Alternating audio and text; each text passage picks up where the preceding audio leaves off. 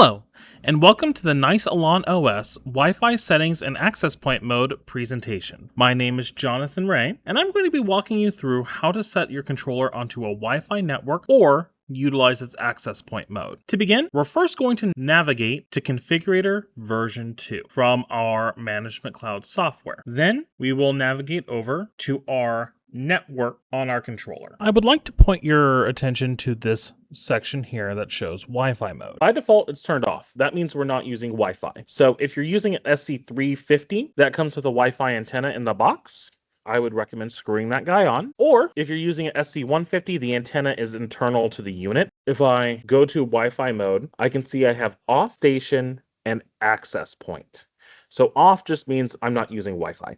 Pretty simple. A lot of systems are like that. Station, as you can see here, it starts asking me about IP address, and you can see that my wired DHCP got rechecked. Oh, now that I've set it to station, it's assuming that I am using a Wi-Fi network, and it's not giving me DHCP by default. It gives me the option to set everything. So I click this drop down, and you can see there's a bunch of different SSIDs. So each one of these SSIDs is a network that I can connect to, and key management is asking me what type of encryption that SSID has. So it could be none, WPA/PA2, or WEP. This is if I am trying to connect a controller to Wi-Fi rather than the LAN.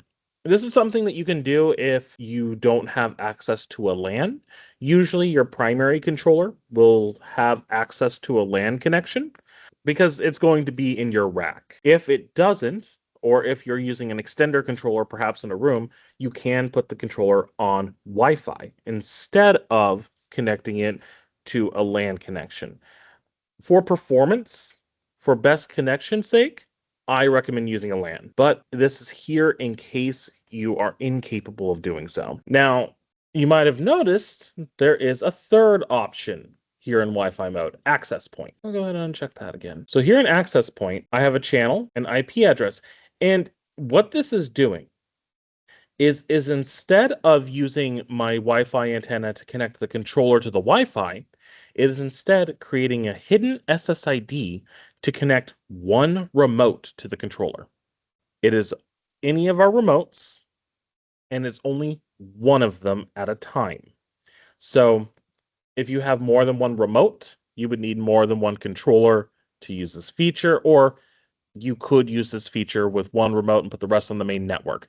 The reason why this is here is there's situations where you may not control the network, or the customer might be using less than standard networking equipment. A lot of people out there like to use mesh networking. It's consumer grade, it's easy, it covers a whole home. But when it comes to something like control systems, a mesh network can be a little bit difficult to work with. There's a lot of settings that aren't there. And if you want to just skip over all that business, you can put the controller into access point mode and connect remotes in the same room to the controllers. This is available on the SC350 and 150, as well as the 100 and 300, but not the 10, the 2, or the G1. As of 9.0, we've also rolled this feature out for touch panels too. Right now, I'm going to go ahead and set the channel to 2. You always want to make sure that the channel you're using is different from the channel of your main network so they don't clash. And then I can hit apply and reboot.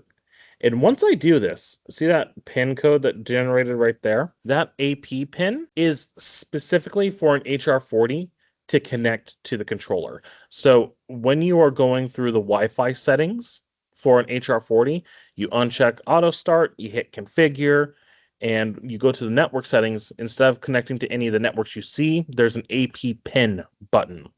And you just put in the same pin that we set there. All right, my controller is rebooting. All right, and now if I go and check my network again, hey, it retained all the settings, and there's my access point pin. But that is the general explanation of everything in here, and make sure that you're being careful when you're setting these. All right, thank you for your time today, and I hope you all have a good one.